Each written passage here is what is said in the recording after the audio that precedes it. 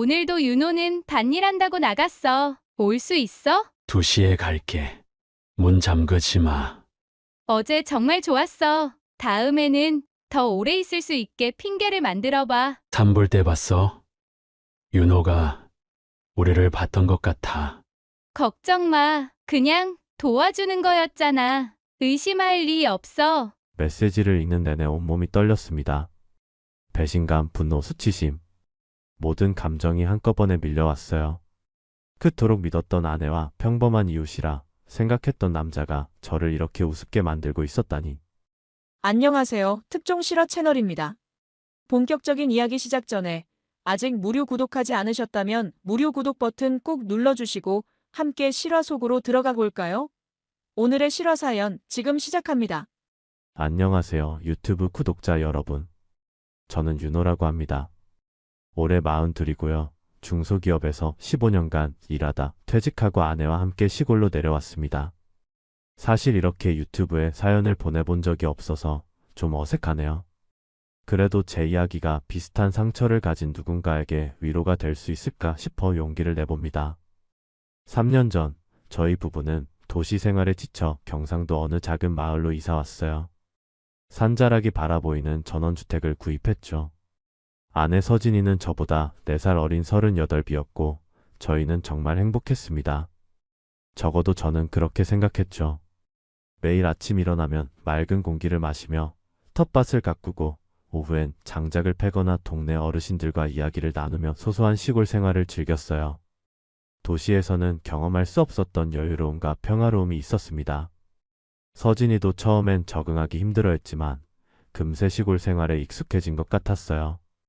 옆집에는 35살의 강철우라는 남자가 혼자 살고 있었습니다.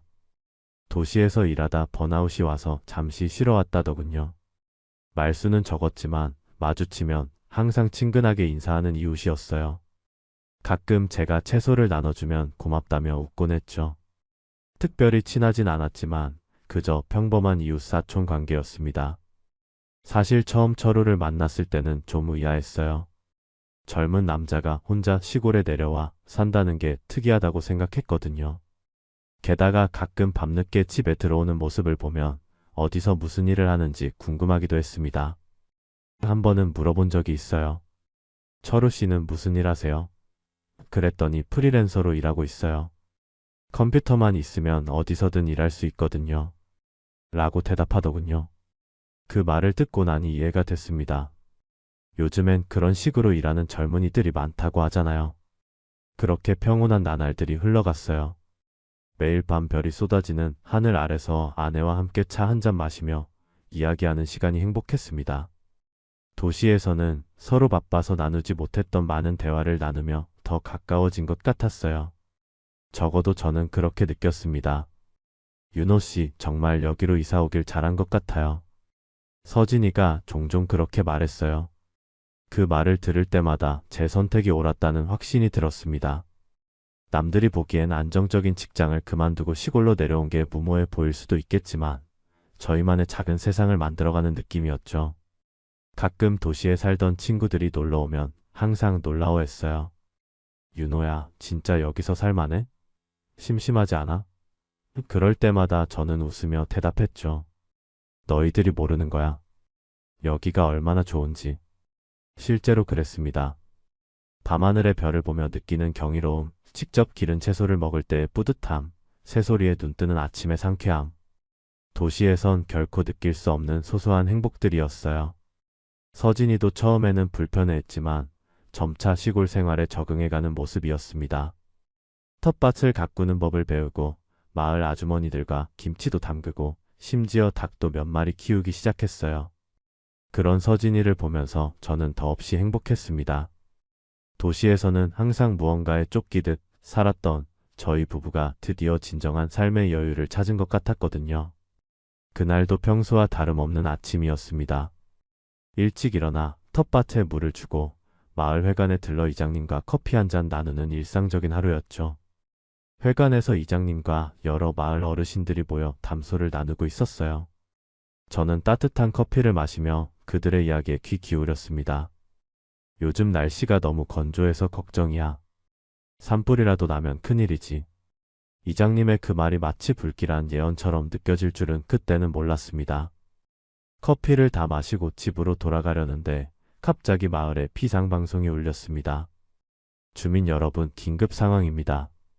뒷산에서 화재가 발생했습니다. 바람이 강해 불길이 빠르게 번지고 있으니 모든 주민은 즉시 대피하세요. 차량 이동은 불가능합니다. 도보로 신속히 고지대로 이동 바랍니다. 순간 머리가 하얘졌어요. 서진이는 집에 있을 텐데 무사할까 하는 생각뿐이었습니다. 바로 휴대폰을 꺼내 전화를 걸었지만 연결되지 않았어요. 아마도 산불로 인해 통신망이 불안정했던 것 같습니다.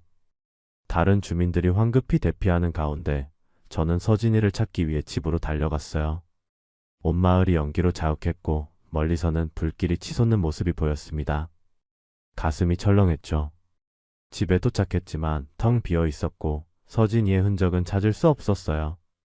당황스러움과 불안함이 밀려왔지만 일단 서진이가 이미 대피했을 거라 생각하며 저도 대피로를 향해 달렸습니다. 그때까지만 해도 저는 그저 아내의 안전만을 걱정했을 뿐 제 인생이 완전히 뒤바뀔 거라곤 상상도 못했습니다. 그런데 이제 와서 생각해보면 행복이란 건 언제나 위태로운 법이더군요. 평온했던 일상이 한순간에 무너지는 건 그저 산불 때문만은 아니었으니까요. 산불은 예상보다 빠르게 번졌습니다. 바람을 타고 불길이 마을 쪽으로 밀려오는 모습은 정말 공포 그 자체였어요. 도로는 이미 대피하는 주민들로 혼잡했고 연기 때문에 앞을 제대로 볼 수도 없었습니다. 그런데도 저는 필사적으로 서진이를 찾아 이리저리 뛰어다녔죠. 서진아, 서진아. 목이 쉬도록 아내의 이름을 외쳤습니다. 하지만 대답은 들려오지 않았어요. 연기 속에서 사람들은 마스크나 수건으로 코와 입을 가린 채 황급히 움직이고 있었고 누구도 제대로 서로를 살필 여유가 없었습니다. 모든 것이 혼란스러웠어요. 주변에서는 마을 방송이 계속해서 울려 퍼졌고 멀리서는 소방차와 구급차의 사이렌 소리가 들려왔습니다. 하늘은 검은 연기로 뒤덮여 낮인데도 어두웠어요. 간간히 불꽃이 피어오르는 모습이 보였고 바람이 불 때마다 불씨가 날아다녔습니다. 그 상황에서도 저는 오직 서진이만 생각했어요. 어디 있을까? 다쳤을까? 무서워하고 있을까? 불길이 점점 가까워지는 가운데 저는 대피 방송에 따라 고지대로 향하는 길을 택했어요. 서진이도 분명 그쪽으로 갔을 테니까요. 연기 자욱한 오르막길을 필사적으로 오르며 주변을 살폈습니다. 그때 멀리서 누군가 사람을 업고 달리는 모습이 보였어요. 처음에는 연기 때문에 잘 보이지 않았지만 점점 가까워질수록 그 광경이 선명해졌습니다. 순간 발걸음이 멎었어요. 엎혀있는 사람은 다름 아닌 제 아내 서진이었고 업고 있는 사람은 옆집 남자 철우였던 겁니다. 철우씨? 아니, 잠깐 그게 뭐야? 왜 내 와이프를? 저도 모르게 목소리가 나왔어요. 하지만 철우는 제 말에 아무런 반응도 보이지 않고 그대로 달려갔습니다.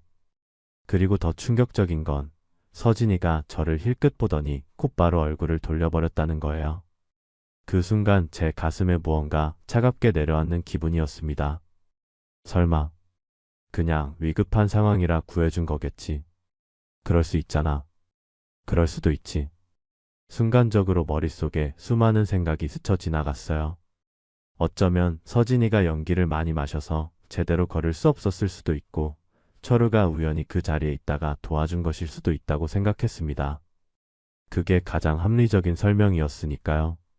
하지만 왜 서진이는 제 눈을 피했을까? 왜 철우는 제 부름에 대답하지 않았을까? 그런 의문들이 꼬리에 꼬리를 물고 이어졌습니다. 머릿속으로는 자꾸 그렇게 위안을 삼으려 했지만 뇌리에 계속 맴도는 건 철우가 서진이를 업고 가는 그 장면이었어요. 더욱이 서진이의 표정 없는 얼굴과 내 이름을 듣고도 날 보지 않던 그 반응. 산불보다도 더 뜨겁게 제 마음을 태우기 시작했습니다. 그들의 뒷모습을 바라보며 잠시 멍하니 서 있었어요. 쫓아가야 할지 그냥 가던 길을 계속 가야 할지 고민했죠. 결국 저는 그들을 뒤쫓기로 했습니다. 하지만 연기가 더 짙어지고 주변에서 불씨가 날아다니기 시작하면서 시야가 더욱 흐려졌어요. 몇 발자국 더 앞으로 나아가다가 결국 그들을 놓치고 말았습니다. 하지만 당장은 대피가 우선이었어요. 그 의문을 품은 채 저도 대피로를 따라 필사적으로 달렸습니다. 주변은 연기로 가득했고 숨쉬기도 힘들었어요. 다행히도 마을 구조대원들이 대피로를 따라 주민들을 안내하고 있었고 저도 그들의 도움으로 안전한 곳으로 대피할 수 있었습니다. 대피소에 도착하자마자 서진이를 찾아 이리저리 뛰어다녔어요. 사람들 사이를 헤집고 다니며 서진이의 이름을 불렀죠. 그리고 마침내 구석에서 서진이를 발견했습니다. 철우는 보이지 않았어요. 서진이에게 달려가 안부를 물었습니다. 괜찮아? 다친 데 없어?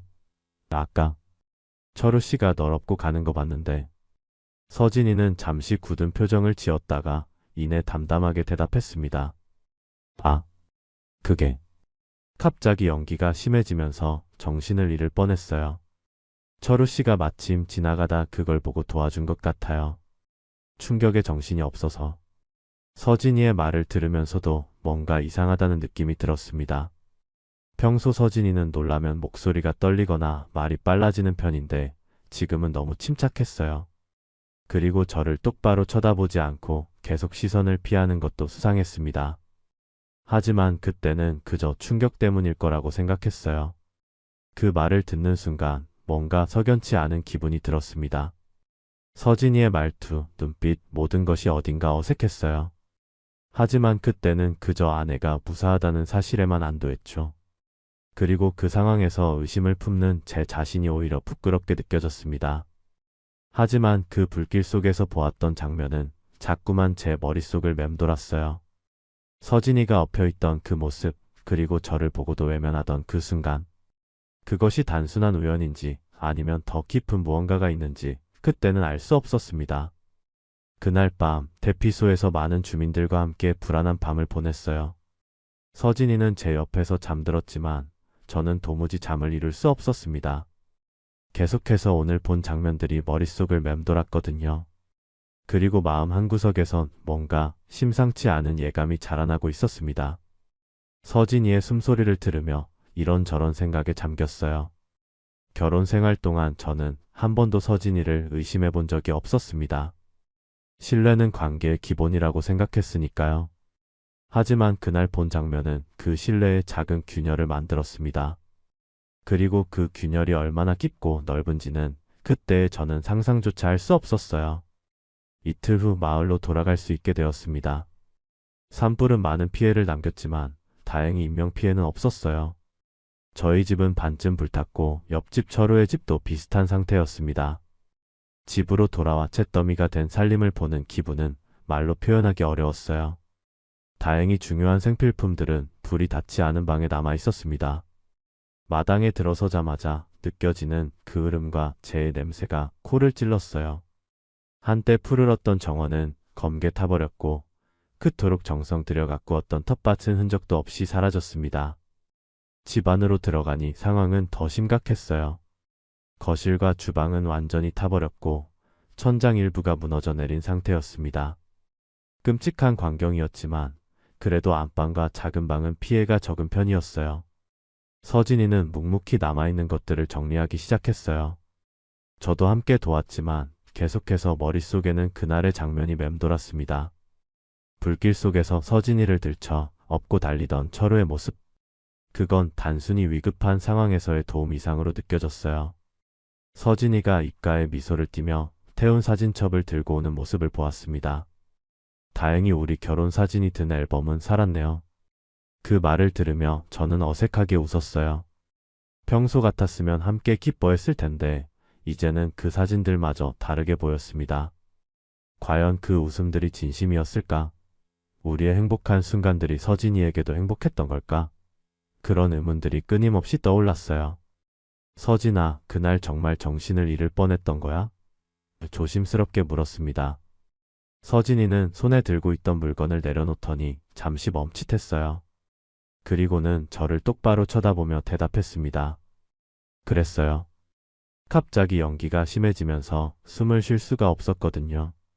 왜 자꾸 그 얘기를 해요? 서진이의 목소리에는 미묘한 긴장감이 느껴졌어요. 평소라면 놓치고 말았을 작은 변화였지만 이제는 모든 것이 의심스러웠습니다. 눈을 깜빡이는 횟수가 늘어난 것도, 손가락으로 머리카락을 만지작거리는 것도 모든 게 거짓말의 신호처럼 보였어요. 아니, 그냥 궁금해서. 제가 말을 더듬자 서진이는 한숨을 내쉬었어요. 윤호 씨 지금 의심하는 거예요? 그런 상황에서 철우 씨가 도와준 건 당연한 거 아닌가요? 다른 사람이었어도 그랬을 거예요. 그 말엔 약간의 공격성이 담겨 있었습니다. 마치 제가 무리한 의심을 하고 있다는 듯이요. 하지만 그 반응이 오히려 제 의심을 더 키웠어요. 왜 이렇게 방어적인 태도를 취하는 걸까? 정말 아무것도 없었다면 그냥 웃으며 넘길 수도 있었을 텐데 말이죠. 서진이의 반응이 조금 과민하게 느껴졌지만 저도 지친 상태였기에 더 이상 얘기를 이어가지 않았습니다.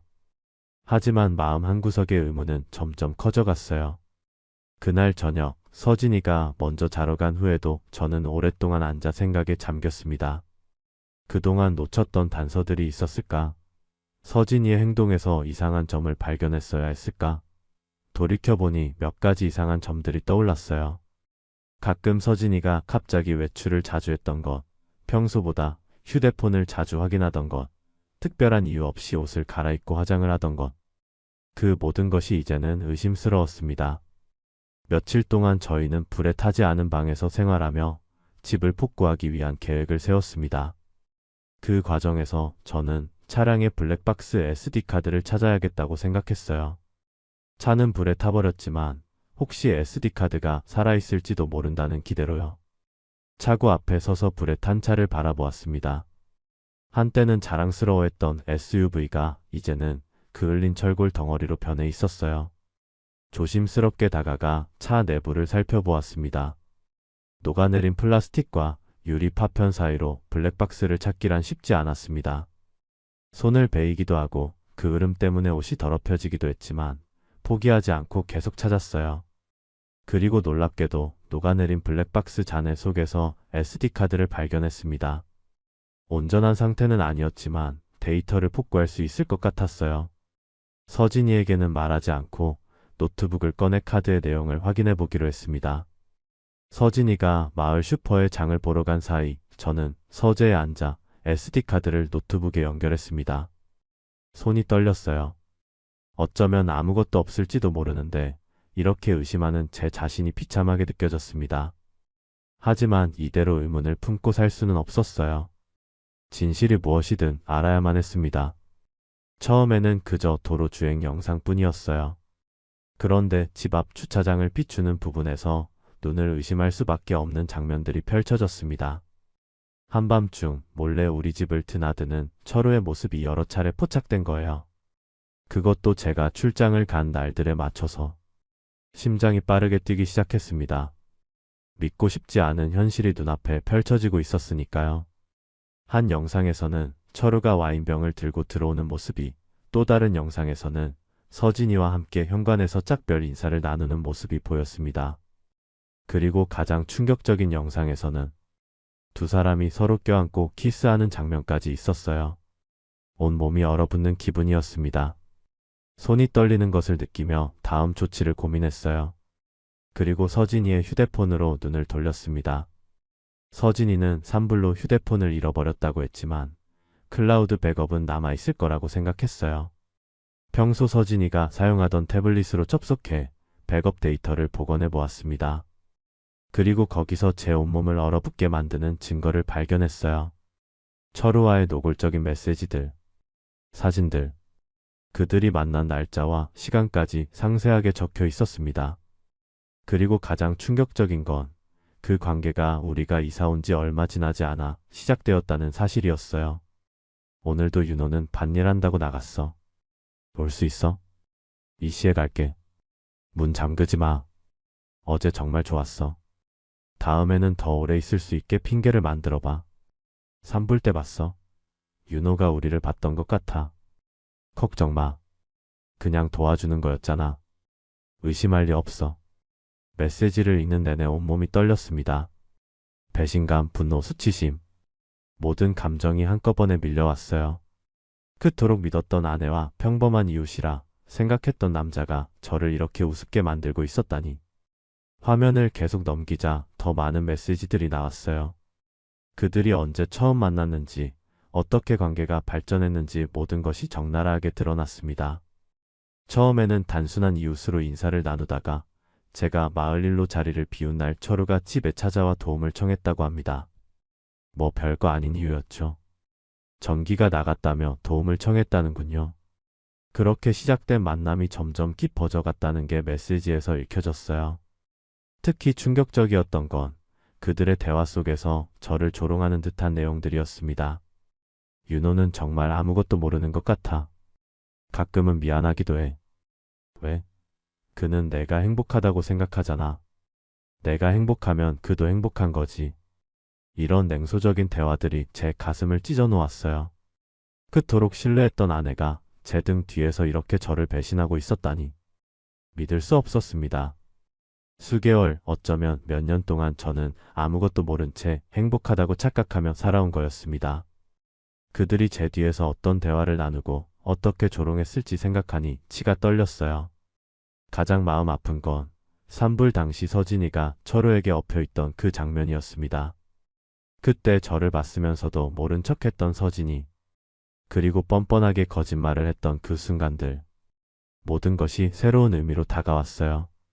대화 내용을 더 살펴보니 그날 아침 서진이와 철우는 만나기로 약속이 되어 있었던 모양이었습니다. 마을 회관에서 커피를 마시고 있는 동안 아내는 불륜 상대와 시간을 보내고 있었던 거죠. 산불이 났을 때도 그들은 함께 있었던 겁니다. 그래서 철우가 서진이를 업고 있었던 거고 저를 보고도 모른 척했던 거였어요. 태블릿을 내려놓고 깊게 숨을 들이마셨습니다.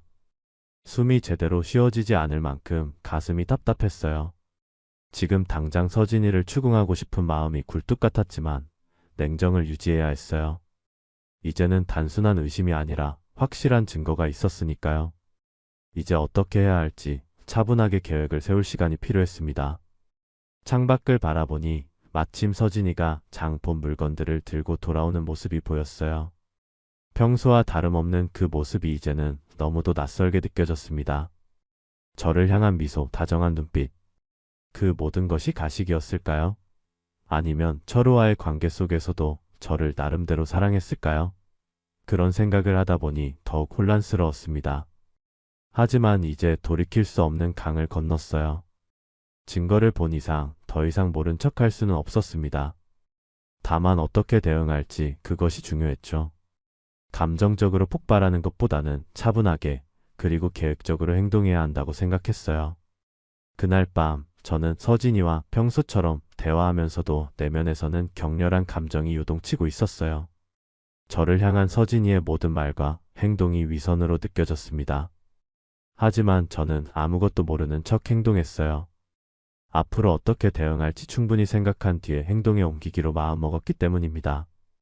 그리고 그 결정이 제 인생에서 가장 현명한 선택 중 하나였다고 지금은 자신 있게 말할 수 있습니다. 증거를 발견한 후 저는 며칠 동안 마음을 다스리며 다음 행동을 신중하게 계획했습니다. 분노와 배신감에 휩싸여 충동적으로 행동하고 싶은 마음이 굴뚝 같았지만 그럴수록 더 냉정해져야 한다고 생각했어요.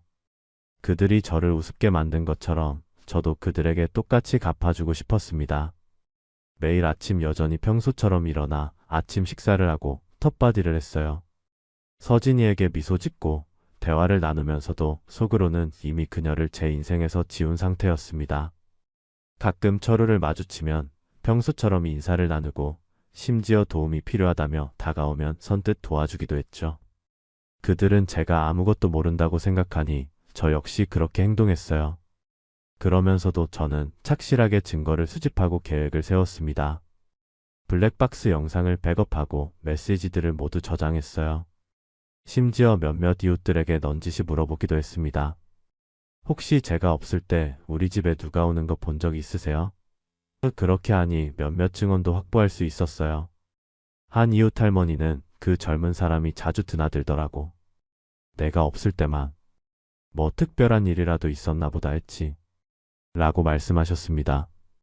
또 다른 이웃은 가끔 밤에 불빛이 보이길래 혹시 도둑인가 했는데 자세히 보니 옆집 사람이더라고. 라고요. 그 말들을 들으며 저는 담담한 표정을 유지했지만 속으로는 분노가 끓어올랐습니다. 변호사를 만나기로 했어요. 상간자 소송과 이혼에 대한 법적 조언이 필요했거든요. 읍내로 나가 변호사를 찾아갔고 모든 증거를 보여드렸습니다. 블랙박스 영상, 메시지 내용, 사진들 모든 것을 철저히 준비했어요. 증거가 충분합니다. 변호사는 단호하게 말했습니다. 상간자 소송과 이혼 청구 둘 다 승산이 있어요. 특히 이런 명백한 증거가 있으니까요. 변호사는 제 상황을 듣고 매우 동정적인 반응을 보였습니다. 이런 경우가 생각보다 많습니다. 하지만 대부분 증거를 확보하지 못해 불리한 경우가 많죠. 윤호 씨는 철저하게 준비하셨네요. 변호사와 몇 시간 동안 향후 계획에 대해 논의했습니다. 상간자 소송을 먼저 제기하고 이어서 이혼 소송을 진행하기로 했어요. 재산 분할 문제도 철저히 준비했습니다. 다행히 전원주택은 제 명의였고 결혼 생활 동안 모은 재산도 대부분 제 수입에서 비롯된 것이었기 때문에 유리한 위치에 있었어요. 무엇보다 중요한 건 감정에 휘둘리지 않는 것입니다. 변호사의 조언이 기억에 남았어요. 상대방을 자극해서 불리한 상황을 만들지 마세요. 증거가 확실한 만큼 차분하게 법적 절차를 밟아나가는 것이 가장 현명합니다. 그 말을 듣고 나니 마음이 조금 가라앉았어요. 적어도 법적으로는 제가 유리한 위치에 있다는 사실이 안도감을 주었습니다. 변호사와 상담을 마친 후 집으로 돌아오는 길에 문득 철우의 집을 바라보게 되었어요. 그는 여전히 집을 복구하느라 바빴고 저를 보자 평소처럼 인사했습니다. 윤호 씨, 집 복구는 잘 돼가나요? 철우의 목소리에는 아무런 미안함이나 불편함이 없었어요. 마치 정말 아무 일도 없었던 것처럼 행동하는 모습이 더욱 가증스럽게 느껴졌습니다. 그의 눈을 바라보니 불현듯 그가 얼마나 뻔뻔한 사람인지 깨달았어요. 내 아내와 몰래 관계를 맺으면서도 내 얼굴을 마주보며 웃을 수 있는 사람이라니. 그 뻔뻔한 모습에 순간 치밀어 오르는 분노를 참기 어려웠습니다. 하지만 아직은 때가 아니었어요. 그저 가볍게 고개를 끄덕이며 집으로 들어왔습니다. 집에 들어오니 서진이가 저녁 식사를 준비하고 있었어요. 마치 아무 일도 없었던 것처럼 평범한 부부의 일상처럼요. 그 가식적인 모습이 더 이상 참을 수 없을 만큼 역겨웠지만 저는 여전히 모르는 척 행동했습니다. 오늘 읍내에 다녀왔어요. 집 보험 관련해서 알아보려고요. 일부러 거짓말을 했어요. 서진이는 아무렇지 않게 대답했습니다. 그래요? 어떻게 됐어요? 생각보다 괜찮을 것 같아요. 곧 결과가 나올 거예요. 식탁에 앉아 서진이가 준비한 저녁을 먹으면서 문득 이 상황이 얼마나 기괴한지 실감이 났습니다. 서로 거짓말로 대화를 나누고 가식적인 미소를 교환하는 부부. 이게 과연 결혼 생활의 모습인가 싶었어요. 하지만 그 가식 속에서도 저는 한 가지 깨달음을 얻었습니다. 바로 제가 서진이를 더 이상 사랑하지 않는다는 사실이었어요. 바람을 피운 배우자를 용서하고 다시 시작하는 부부들도 있다고 들었습니다. 하지만 저에게는 그런 용서가 불가능했어요. 서진이의 배신은 단순한 실수가 아니라 계획적이고 지속적인 것이었으니까요. 그리고 무엇보다 그들이 저를 얼마나 우습게 여겼는지를 알게 된 후로는 그 모욕감이 너무 컸습니다. 그렇게 몇 주가 지났고 그동안 저는 법적 절차를 차근차근 밟아나갔습니다. 상간자 소송을 위한 서류를 준비하고 이혼 소장도 작성했어요.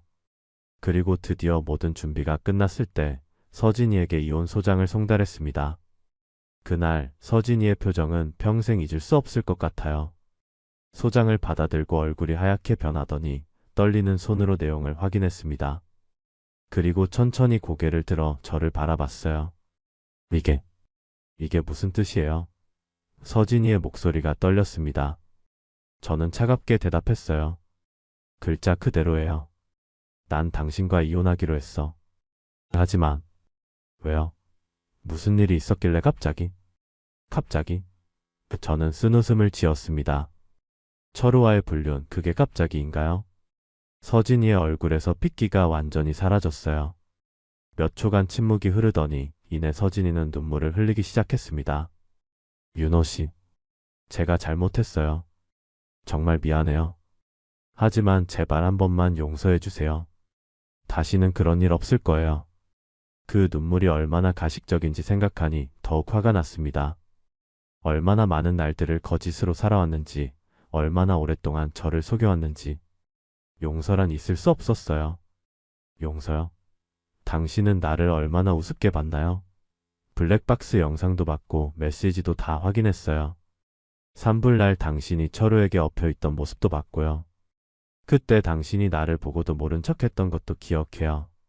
서진이는 말문이 막힌 듯 했습니다. 그리고는 갑자기 무릎을 꿇고 저에게 매달렸어요. 제발, 제발요. 다시 한 번만 기회를 주세요. 정말 다시는 그러지 않을게요. 우리 다시 잘 살 수 있어요. 그 모습을 보고 있자니 문득 서진이가 얼마나 비참한 사람인가 하는 생각이 들었어요. 남편을 속이고 배신하고 그러고도 발각되자 무릎 꿇고 용서를 구하는 참 비참한 모습이었습니다. 하지만 동시에 그 모습이 저에게는 더 이상 아무런 감정적 동요를 일으키지 않는다는 사실도 깨달았어요. 저는 서진이의 손을 떼어냈습니다. 이미 늦었어요. 난 당신을 더 이상 사랑하지 않아요. 그리고 철우에게도 상간자 소송을 제기했습니다. 서진이의 눈이 커졌어요. 뭐라고요? 그럴 수는 없어요. 철우는 뭐요? 당신의 불륜 상대잖아요. 이제 그에 대한 대가를 치르게 될 겁니다. 서진이는 공포에 질린 표정으로 저를 바라봤어요. 아마도 지금까지 저를 얼마나 만만하게 봤는지 이런 대응은 상상도 못했던 모양입니다. 그 표정을 보는 것만으로도 어느 정도 만족감을 느꼈지만 아직 끝이 아니었습니다. 짐을 싸세요. 오늘부터 이 집에서 나가주셨으면 합니다. 법적 절차가 모두 끝날 때까지 연락은 변호사를 통해서만 하겠습니다. 서진이는 더 이상 할 말을 잃은 채 무너지듯 앉아 흐느꼈습니다. 그리고 저는 그 모습을 차갑게 지켜보았어요. 한때는 그 눈물에 마음이 약해졌을지도 모르지만 이제는 아니었습니다. 이미 제 마음속에서 서진이는 죽은 사람이나 다름없었으니까요. 그날 밤 서진이는 친구에게 연락해서 임시로 머물 곳을 구했다고 합니다. 짐을 싸는 내내 계속해서 저에게 용서를 구했지만 저는 단 한마디도 더하지 않았어요. 그저 냉담한 표정으로 그녀가 떠나는 모습을 지켜볼 뿐이었습니다. 서진이가 떠나고 난 집은 묘하게 고요했어요. 평소 같았으면 외로움이나 상실감을 느꼈을 텐데 이상하게도 마음이 평온했습니다. 마치 오랫동안 앓던 병이 드디어 나은 것 같은 느낌이었어요. 다음 날 철우에게도 소송 서류가 전달되었습니다. 오후쯤 그가 분노에 찬 얼굴로 제 집을 찾아왔어요. 이게 대체 무슨 짓이야? 철우가 소장을 들고 소리쳤습니다. 저는 담담하게 대답했어요. 법적 조치입니다. 당신이 내 아내와 불륜 관계를 맺었으니 그에 따른 책임을 물을 뿐이에요. 증거가 있다고 생각해? 누가 믿겠어? 철우의 목소리에는 조롱과 분노가 섞여 있었습니다. 저는 조용히 노트북을 열고 블랙박스 영상 몇 개를 보여주었어요. 철우가 한밤중에 우리 집에 드나드는 장면, 서진이와 현관에서 키스하는 장면. 그의 표정이 순식간에 굳어지는 것을 보며 묘한 쾌감을 느꼈습니다. 이것 말고도 증거는 많아요. 메시지들, 사진들, 이웃들의 증언까지. 법정에서 다 공개될 겁니다. 철우의 얼굴이 창백해졌어요. 더 이상의 강한 태도는 온데간데 없고 이제는 두려움에 질린 표정만 남았습니다. 이러지 말고 합의하면 안 될까? 내가 돈을 줄게. 철우가 마침내 입을 열었습니다. 저는 잠시 생각하는 척하다가 대답했어요. 위자료 3천만 원에 합의하겠습니다. 그리고 당신은 이 마을에서 즉시 떠나야 해요. 철우는 잠시 망설이다 고개를 끄덕였습니다. 그의 그 비굴한 모습을 보니 더욱 경멸스러워졌어요. 내 아내를 빼앗을 만큼 대담했으면서 책임질 때는 이렇게 비겁한 사람이었다니. 상간자 소송과 이혼 소송은 예상보다 빨리 진행되었습니다. 철우는 합의금을 지불하고 마을을 떠났고 서진이와의 이혼도 재산분할 없이 깔끔하게 마무리되었어요. 법원에서 마지막으로 서진이를 만났을 때 그녀는 완전히 다른 사람처럼 보였습니다. 예전에 자신감 넘치던 모습은 온데간데 없고 초라하고 지친 표정만 남아 있었어요. 윤호 씨. 정말 이렇게 끝내야 하나요? 서진이가 마지막으로 물었습니다. 저는 그녀를 똑바로 쳐다보며 대답했어요. 그날 널 업고 가는 그 장면을 봤을 때 이미 끝났어. 그때 내 인생에서 널 지운 순간이었다. 그 말을 끝으로 저는 돌아섰고 더 이상 뒤돌아보지 않았습니다. 제 인생의 한 챕터가 끝났고 이제 새로운 시작을 할 때였으니까요. 상간자 위자료 3천만 원, 재산 분할 없는 이혼 판결. 모든 법적 절차가 마무리된 후 많은 사람들이 저에게 물었습니다. 이제 어디로 갈 거예요? 여기선 너무 안 좋은 기억만 있잖아요. 하지만 저는 마을을 떠나지 않기로 했어요. 이곳은 제가 선택한 곳이었고 저의 꿈이 있는 곳이었으니까요. 다른 사람들의 잘못 때문에 제 꿈을 포기할 이유는 없었습니다. 불에 탄 집터 위에 다시 집을 짓기 시작했어요. 이번에는 건축업체를 고용하지 않고 제 손으로 직접 목조주택을 지었습니다. 매일 아침부터 저녁까지 땀을 흘리며 목재를 자르고 못을 박고 벽을 세웠어요. 육체적으로 고된 일이었지만 그 과정이 오히려 저에게는 치유가 되었습니다. 마을 사람들도 많이 도와주었어요. 처음에는 서진이와의 이혼 소식에 수군거리는 사람들도 있었지만 진실이 알려지면서 오히려 저를 동정하고 돕고자 하는 분들이 많아졌습니다. 특히 마을 어르신들이 자주 찾아와 격려해 주셨어요. 윤호야, 내가 참 대단하다. 그런 일을 겪고도 묵묵히 자기 길을 가는 모습이 보기 좋아. 이장님이 어느 날 찾아와 그렇게 말씀하셨습니다. 집을 짓는 과정은 생각보다 오래 걸렸지만 그만큼 보람찼어요. 제가 직접 디자인하고 직접 만든 집이니까요. 예전 집보다는 작았지만 제가 필요한 모든 것을 갖춘 아늑한 공간이었습니다. 집을 짓는 동안 많은 생각을 했어요. 어떻게 저와 서진이의 관계가 그렇게 되었는지, 왜 저는 그 징후를 알아채지 못했는지, 그리고 앞으로 어떻게 살아가야 할지. 가장 많이 생각한 건 신뢰와 배신에 관한 것이었습니다. 한때는 누군가를 완전히 믿는다는 것이 가능하다고 생각했어요. 하지만 이제는 그런 순진한 생각이 얼마나 위험한지 깨달았습니다. 그렇다고 모든 사람을 의심하며 살자는 것은 아니에요.